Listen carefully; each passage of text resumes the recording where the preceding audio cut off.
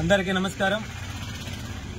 నిన్నటి రోజు మతోన్మాదులు మదం ఎక్కి ఏదైతే జమ్మూ కాశ్మీర్లోని పహల్గామంలో యాత్రికులైనటువంటి అమాయకపు భారతీయులని వాళ్ల పైన కాల్పులు జరిపి కనీసం 28 మంది దాకా మరణించడం జరిగింది.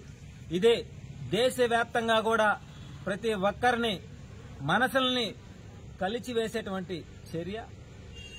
భారతీయుల మీద ఈ దాష్టికాలకు పాల్పడినటువంటి మత ఉన్మాదులు సంఘ విద్రోహ సైన్యం బుద్ధి చెప్తుంది.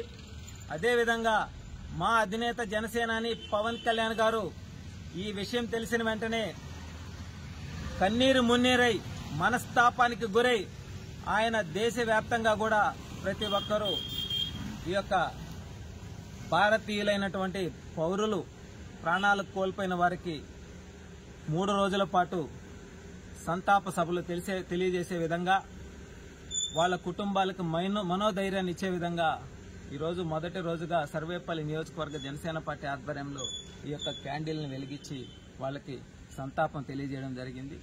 ఈ సంఘ విద్రోహ శక్తుల్ని అణచివేసే విధంగా ప్రభుత్వం కూడా చర్యలు తీసుకుంటుంది.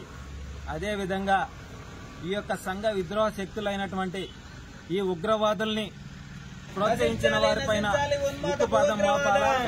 ఈ ఉగ్రవాదులు ఉన్మాదులుగా తయారై ధైర్యంగా సైనికులను ఎదుర్కోలేక భారతీయ సైనికుల యొక్క దుస్తులను ధరించి అన్యాయంగా అక్రమంగా అమాయకులైన యాత్రికుల మీద కాల్పులు జరిపి వాళ్ళ ప్రాణాలను బలిగొన్నారు.